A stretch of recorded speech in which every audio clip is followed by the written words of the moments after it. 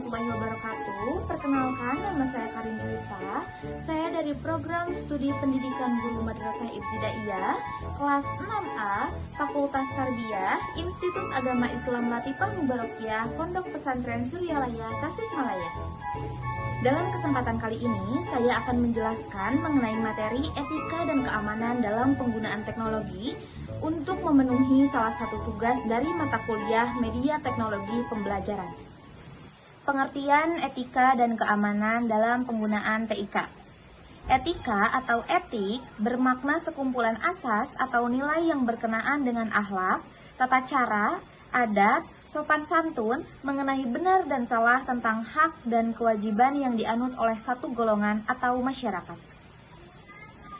Untuk menerapkan etika TIK, diperlukan terlebih dahulu mengenal dan memaknai prinsip yang terkandung di dalam TIK. Di antaranya adalah 1. Tujuan teknologi informasi memberikan bantuan kepada manusia untuk menyelesaikan masalah, menghasilkan kreativitas, membuat manusia lebih berkarya jika tanpa menggunakan teknologi informasi dalam aktivitasnya.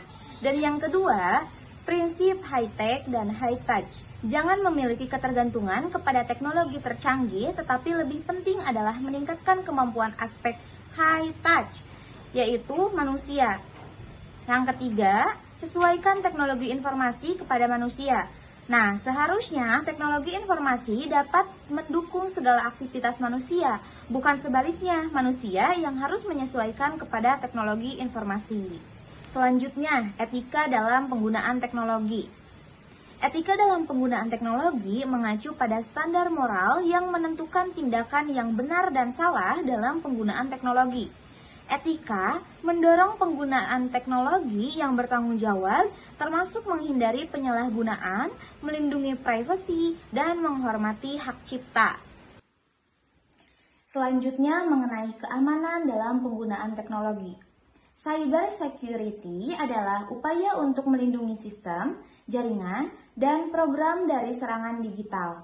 Serangan ini biasanya bertujuan untuk mengakses, mengubah, atau menghancurkan informasi sensitif, memeras uang dari pengguna, atau mengganggu operasi bisnis normal. Pentingnya cyber security tidak bisa dilebih-lebihkan. Untuk selanjutnya yaitu tantangan utama dalam keamanan sistem digital. Pertama, ancaman keamanan cyber yang semakin kompleks. Perkembangan teknologi seperti cloud computing, Internet of Things, dan kecerdasan buatan atau AI telah mengubah landscape keamanan cyber secara signifikan. Ancaman seperti malware, serangan phishing, dan serangan denial of service menjadi semakin canggih dan sulit dideteksi. Yang kedua, keterampilan keamanan cyber. Masalah utama dalam menghadapi ancaman keamanan adalah kurangnya keterampilan dan keahlian dalam keamanan cyber. Yang ketiga, ketergantungan pada teknologi tertentu. Ketergantungan yang semakin besar pada teknologi tertentu seperti cloud computing dan IoT juga meningkatkan resiko keamanan. Selanjutnya, strategi perlindungan dan pencegahan. Implementasi sistem keamanan yang komprehensif. Organisasi perlu mengadopsi pendekatan yang komprehensif terhadap keamanan sistem, termasuk penggunaan firewall yang kuat, pemantauan jaringan yang aktif, dan perangkat lunak keamanan untuk melindungi sistem dari berbagai ancaman. Yang kedua, penggunaan teknologi keamanan lanjutan. Penggunaan teknologi keamanan lanjutan seperti enkripsi data, pengamanan identitas ganda, dan sistem deteksi ancaman membantu meningkatkan tingkat perlindungan terhadap serangan yang lebih canggih. Yang ketiga, peningkatan kesadaran keamanan. Pendidikan dan pelatihan mengenai keamanan cyber bagi karyawan menjadi kunci dalam melindungi organisasi dari serangan. Yang terakhir, kolaborasi dan pematuhan standar keamanan. Nah, harus diadakannya kolaborasi antara organisasi, pemerintah, dan lembaga keamanan cyber dapat memperkuat pertahanan terhadap ancaman bersama-sama. Nah, untuk yang selanjutnya yaitu terakhir, kesimpulan.